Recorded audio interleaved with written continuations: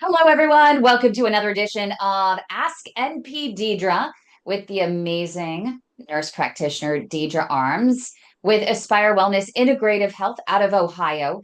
And we are talking today about gut health and its impact on bone health. We talk a lot about gut health, and I'm beginning to think our gut is the source of all of our chronic ailments. Anything that ails us, I have a feeling that nurse practitioner Deidre would say, what's going on with your gut? Am I far off or am I pretty on point on this one, NP Deidre? Yeah, I think you're on point with it. And you've seen over the months that we've done this that there's always some way that we can look into the microbiome and help improve a chronic condition.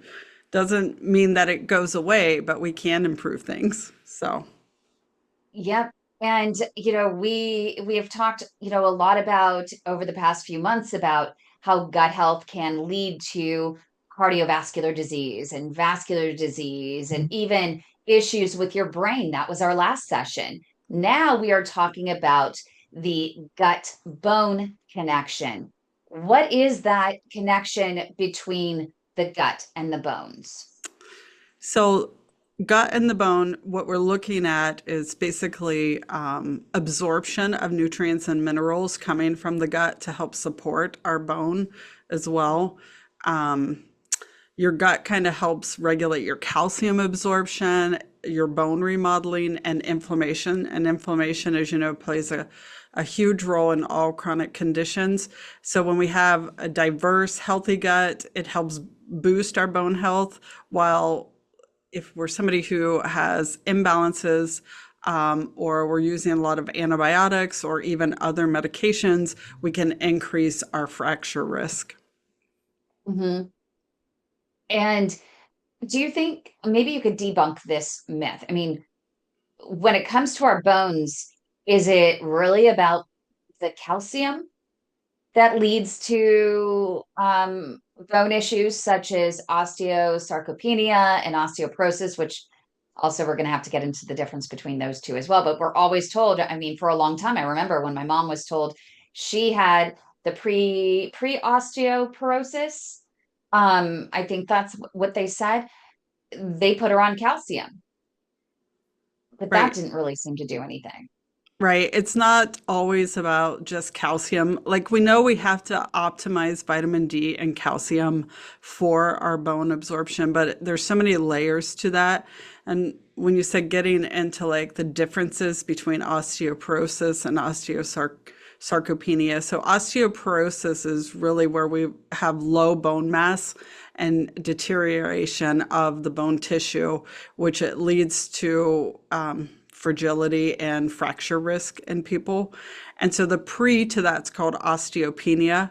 But even if we're getting to osteopenia, like there's so much we could have done prior to that to kind of help support bone and mass there. And when you look at what osteosarcopenia is, on top of osteoporosis, you're also losing muscle loss, so skeletal muscle loss and strength there.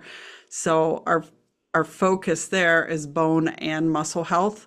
But people with osteosarcopenia, there's a lot of overlapping with osteoporosis and osteosarcopenia. They both involve bone loss. One involves the muscle loss. Your fall risk is high with osteoporosis, but it's extremely high with osteosarcopenia because think of what those muscles are doing to hold us up and as we age and walking and things like that. And then the concern for frailty in somebody who has osteoporosis versus osteosarcopenia, it's pretty severe in osteosarcopenia. And those are people, when you look at them, you can see the wasting of the muscle as well. And so with osteoporosis, we focus a lot on calcium D, but medications that can help support bone and exercise. But when we get into sarcopenia, we really have to work on muscle rebuilding. So the resistance training, protein balance, mitochondrial, metabolic health. So it sounds as though this is why it's so important to be concerned and be conscientious about bone health while you're young. Yes. Um, because our peak bone mass is built during our childhood, right? And early adulthood. And if we don't maximize that in our early years, we're at a higher risk later for fractures relating to bone loss, osteoporosis, even decades down the line. So prevention does start in our youth. So it's important if you have children, grandchildren, to get them out running and walking and absorbing vitamin D from the sun and eating a healthy diet. Like that's an important piece to what they're doing. If they're in the house all day long and they're watching screens and, all the stuff that is put in front of them, are they getting the sunlight where they get the vitamin D? Are they out running? And because standing on our own 2 feet is building bone. Like, you need weight bearing exercise. So getting out and playing as a child and moving. And I will tell you, over the years, I've tested so many teenagers and I am astounded by how low their vitamin D is. It was interesting because even during the time of COVID, we had a cardiovascular doctor who told us that in his research that 80% of the most severe complications from COVID were in people with low vitamin D levels. Right. It's so important. And it's an important piece to osteopenia, osteoporosis, and our number one source of it is sunshine. So being outside, and it's not the indirect sunlight from like having a window; it's actually going out into the sun. Does how about weight? Does weight impact your bone health?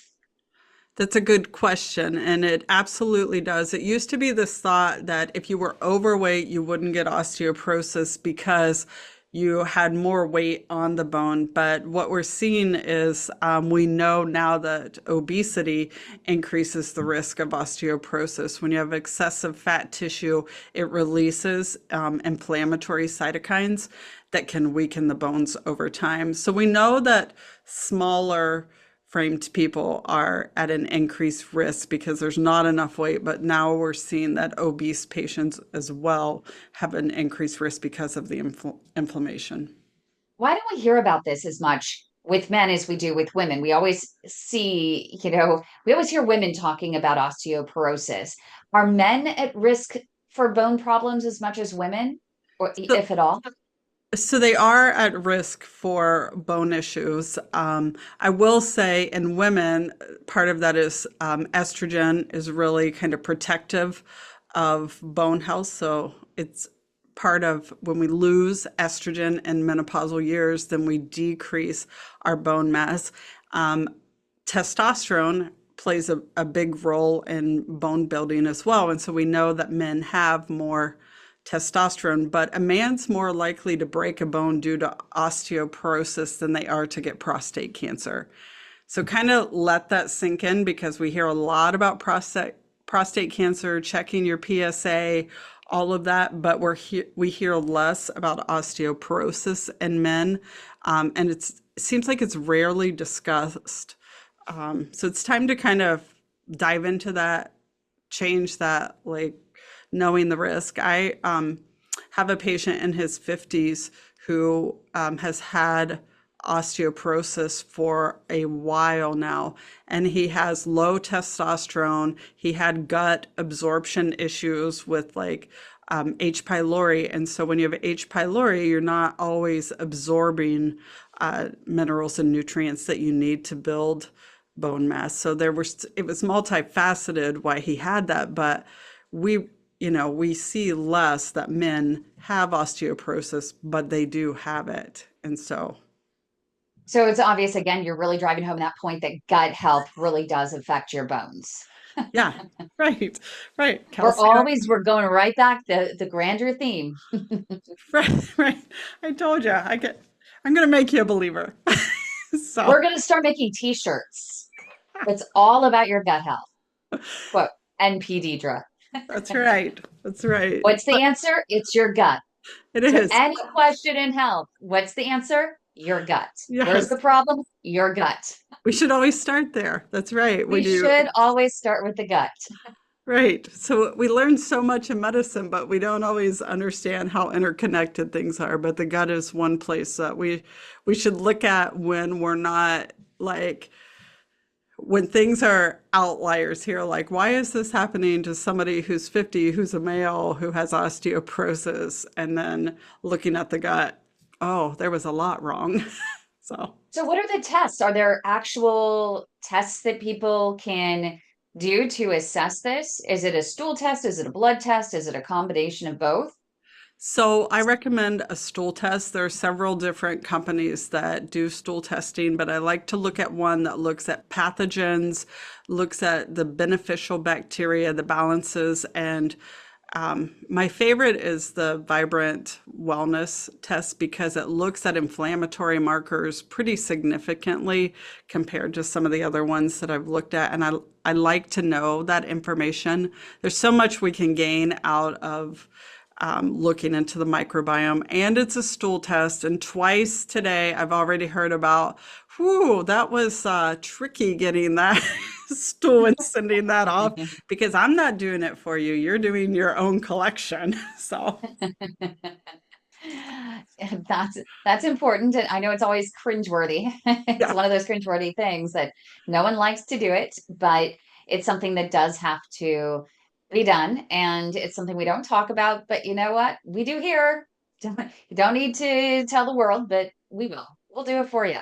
But it is something really important. And in fact, even if people don't talk about it, they are doing it. And if they're not doing it, they should be doing it because, as nurse practitioner Deidre says, it's really about, getting to the gut of the matter, right? Um, but why is it that if gut is so important that the testing for all of these pathogens and inflammation markers, everything you're talking about, why aren't they done in your basic stool test that you would get on an annual basis or, every few years from your regular doctor?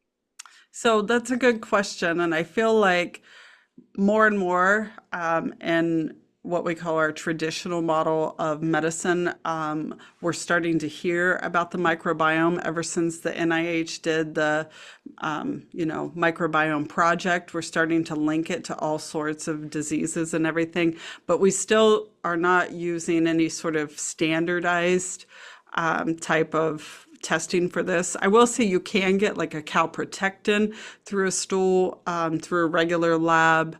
Ova and parasites are something that you can look at, but we're not looking at beneficial bacteria and opportunistic as much as we should. And even those, we hear the term leaky gut a lot and intestinal permeability. That's a big thing to talk about, how the gut gets more permeable as we age as well, leading to inflammation systemically. So that's not being tested in a traditional model. And we can just hope that it all catches up. So.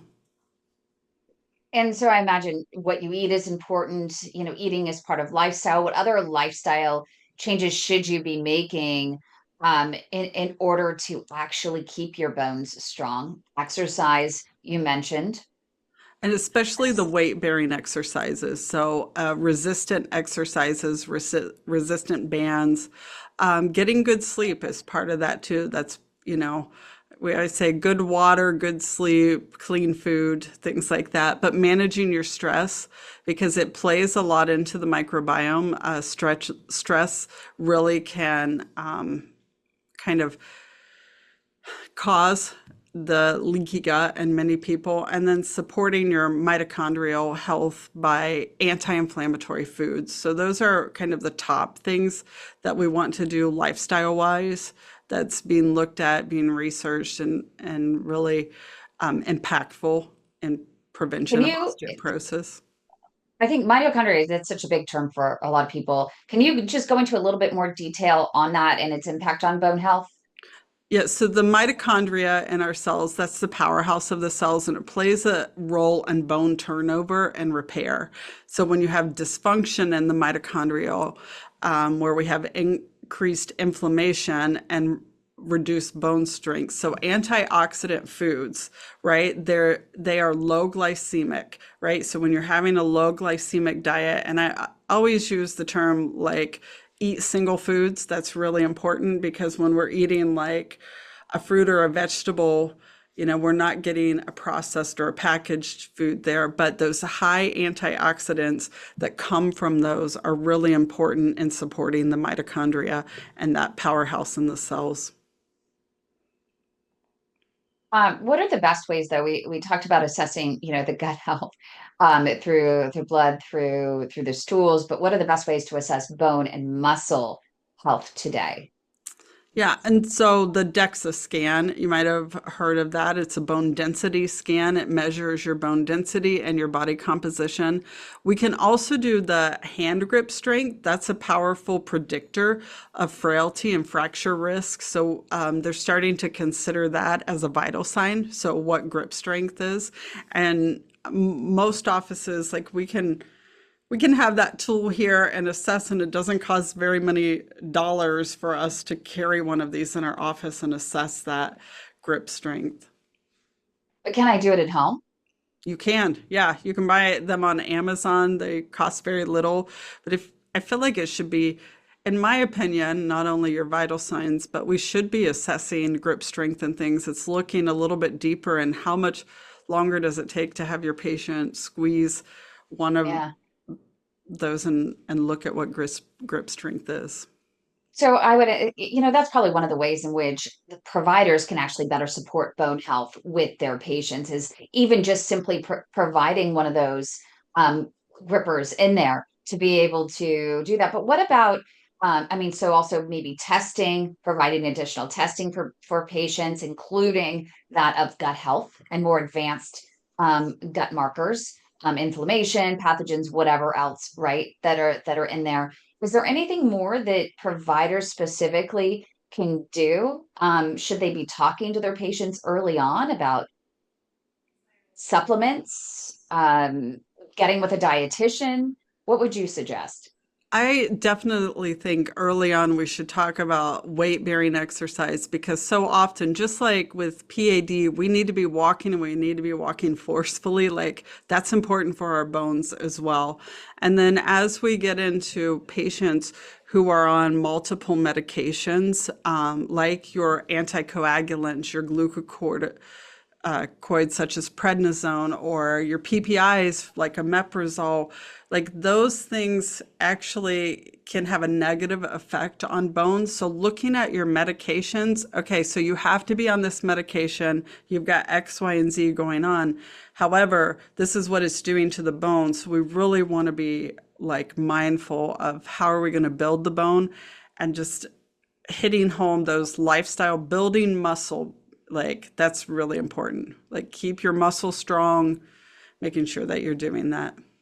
So if you're on a bunch of medications that do impact your bone health, you should be talking to your doctor about additional supplementation and additional ways in which you can mitigate the risks of leading to bone fractures and things like that, breakdown of the bone and the muscles and all that sort of thing.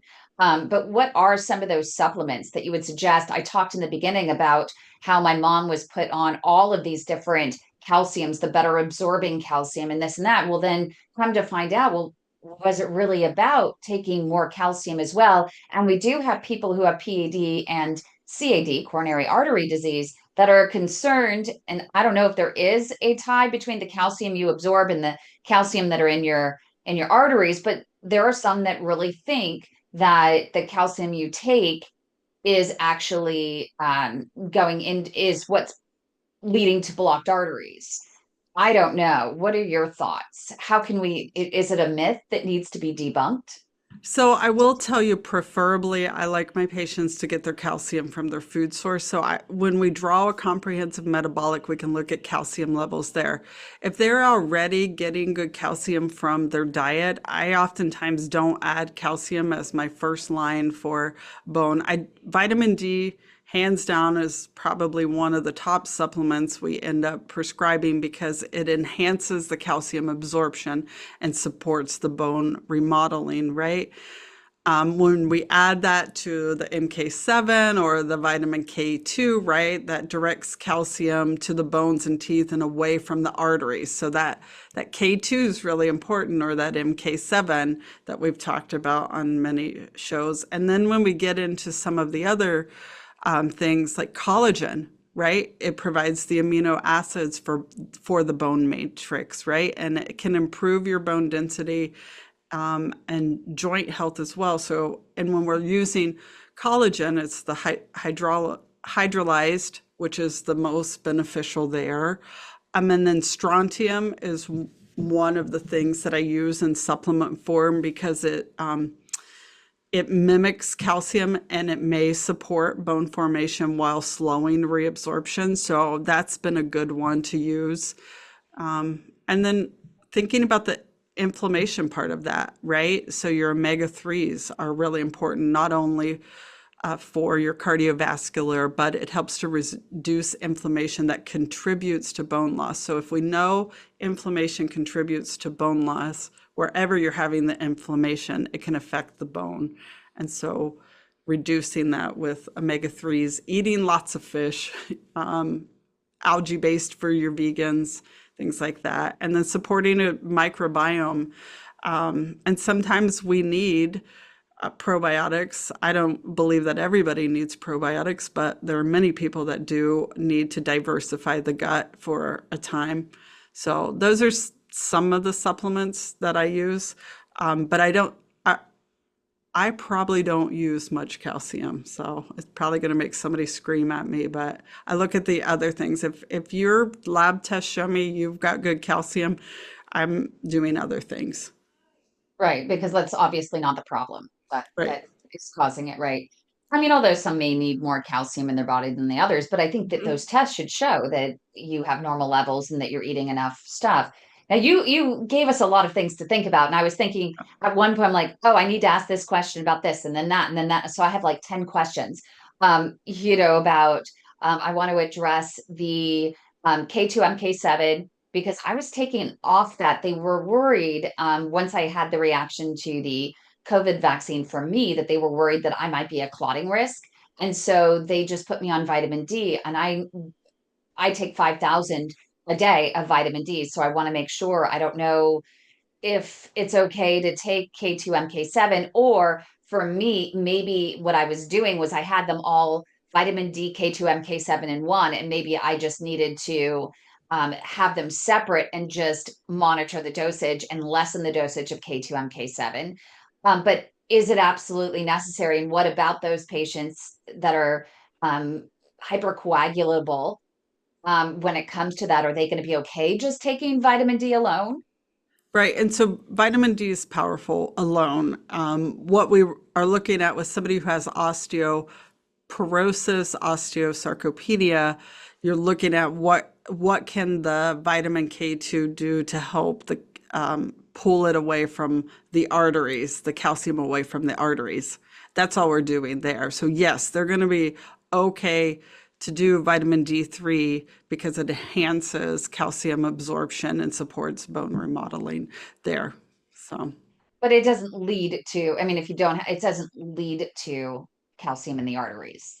no, it doesn't lead to calcium in the arteries. But that's what It just that, helps to direct it. It's like yeah, the guy on the corner directing traffic. Ex- Exactly. They're airport controller. The flight, what do you call them? flight Um, attendant. Yeah. What about collagen? You had suggested a long time ago, Designs for Health, collagen plus MCT. So that's what we ended up getting. I really like this. I actually added it. You would be so proud of me. I have this great recipe now. I should do it with you one day on maybe a weekend. We make pancakes. I make a healthier pancake and I use buckwheat powder, but I use it as another opportunity to add in more collagen in the MCT powder into our diet. And so I'm wondering, I mean, are there regular food sources that you can get great collagen from? I heard it makes your arteries more flexible. I know I'm going back to arteries versus bone health. But Yeah, you did but mention no, we're collagen, so it all came to mind. we're all connected, right? The body is Yeah. connected. So, collagen sources, like there's so many benefits to collagen, and as we age, we get decreased collagen in our bone space. That's why you hear a lot of people, well, they'll start to have knee and hip trouble, and that joint space there has diminished some, and so collagen can help support that. It just is providing amino acids for the bone matrix, so that's an important part of that.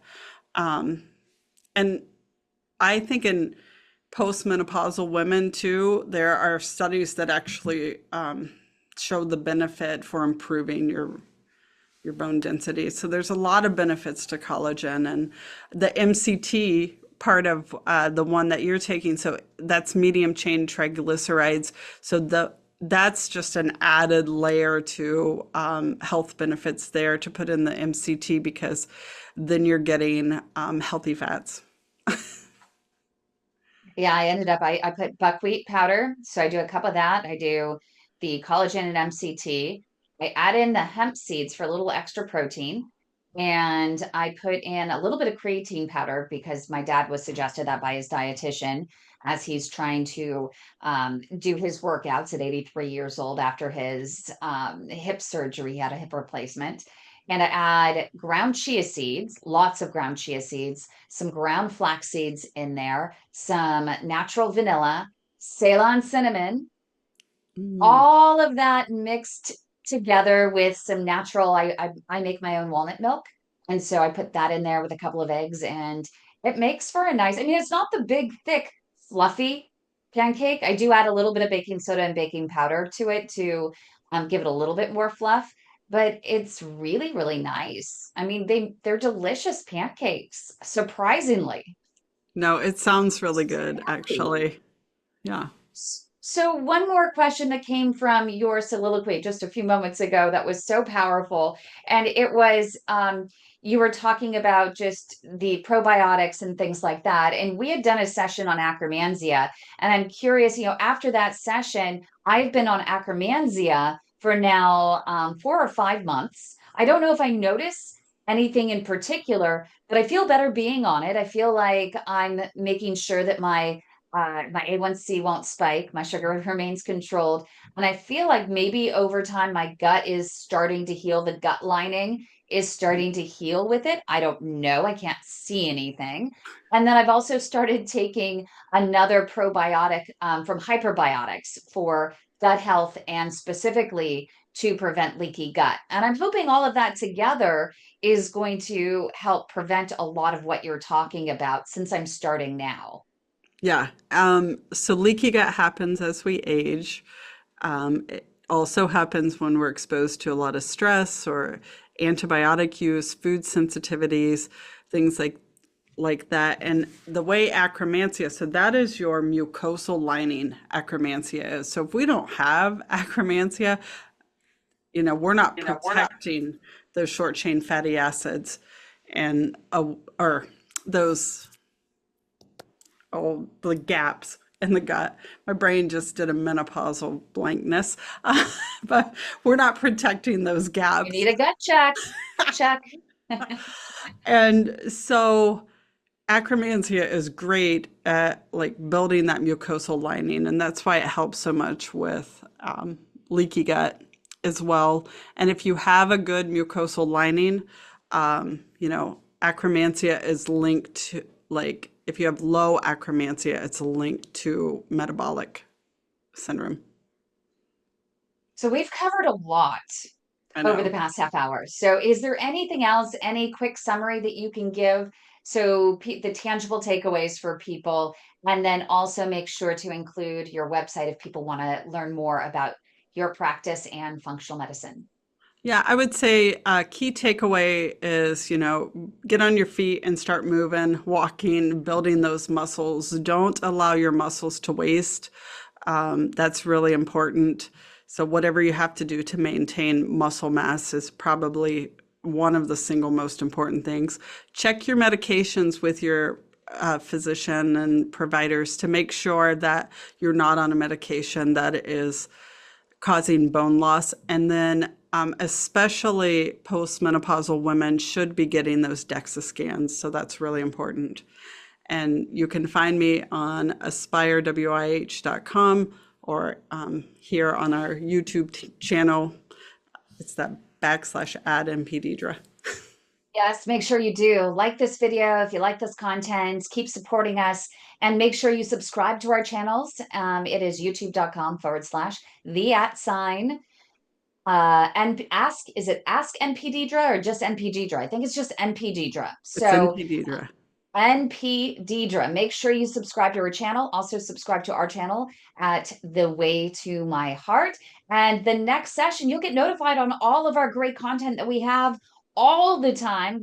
Every week we have NP Deidre here. How often do you get one-on-one access to a nurse practitioner who has a lot of this great information? I see people Googling supplements all the time. This is the place to go to get the real information and to be able to ask your burning questions of a functional health practitioner. It's really important. So subscribe to our channels. Next session, we are going to be talking about a very important enzyme called homocysteine. You're going to want to make sure to tune in to the next session of Ask NP Deidre. So join us then, subscribe to our channels, and get notified when she is going to be talking about that next week.